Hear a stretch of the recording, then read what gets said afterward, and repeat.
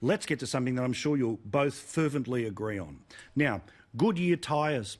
Now, this is a little story out of the United States, but they decided to do one of those, compulsory click, click, click, click, I agree, corporate seminars where they were told basically, look, if you work for us, if you work sort of fitting the tyres, no politics, okay? You're not allowed to wear the MAGA hat. You're not allowed to wear the Blue Lives Matter shirts. One exception, you can wear Black Lives Matter stuff. Now, this has got a lot of people fired up, none more so than the President of the United States, who banged out this tweet: don't buy Goodyear tyres. They announced a ban on MAGA hats. Get better tyres for less. This is what the radical... I love straight into the sales, right?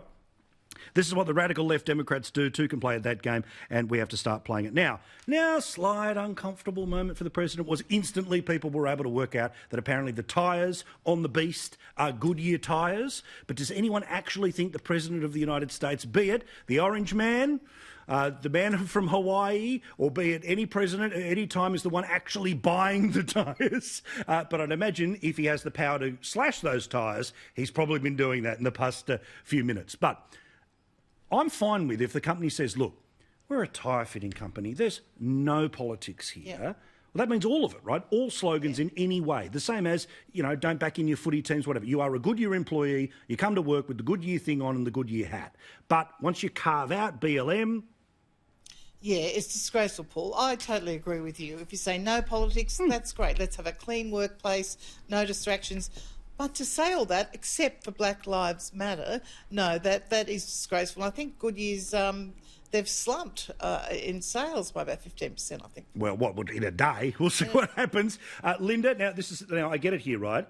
Private company, in the United States in particular, they've sort of got greater rights to be able to do what they want in the name of their business. But before we get into the Trumpiness of it, how do you feel about one thing being carved out as okay, but everything else is no? Look, a corporate getting into politics of any kind is obviously going to be incredibly tricky. But can I say the winner out of all of this is surely the Democrats. I mean, you've now got a Republican who's running up against saying, no to jobs and no to a company and no to a corporate agenda, and also railing against free speech. Like, he's just got everything backwards for a Republican. It's totally nutty. I love it. It's just hilarious. Have you watched much of the infomercial? Have you felt moved? I mean, look, obviously you're hardcore as somebody in the same way that I'll be looking for all the things to like next week. You'll be looking for the things not to like. How did you feel looking for the things to like this week out of that Democrat convention?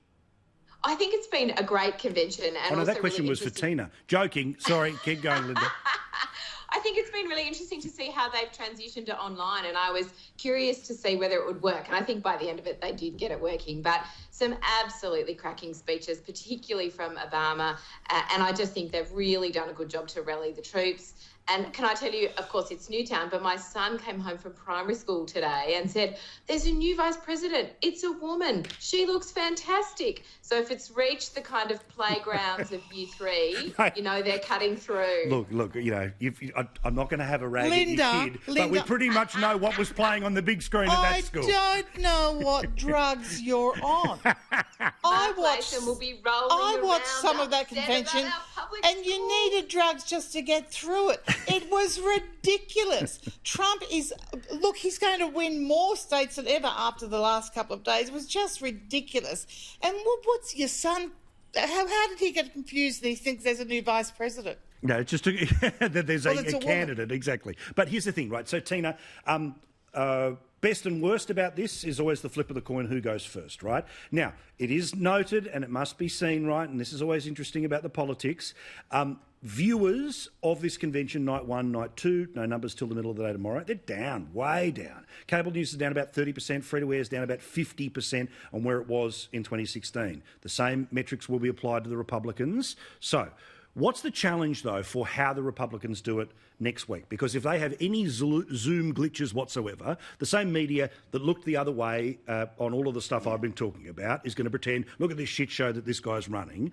But also, I think that the challenge for Trump and the Republicans is to not just say the radical left, but to show. It's like, we're about this, we want to do this, this is our plan for the next 4 years. Because I think a reasonable criticism about what was on offer for the first few nights, and we'll see where Biden goes in the middle of the day tomorrow, not a lot of plans apart from get rid of the orange man. No plans, no policy. And I haven't heard the word China come out any of their mouths yet, which was interesting.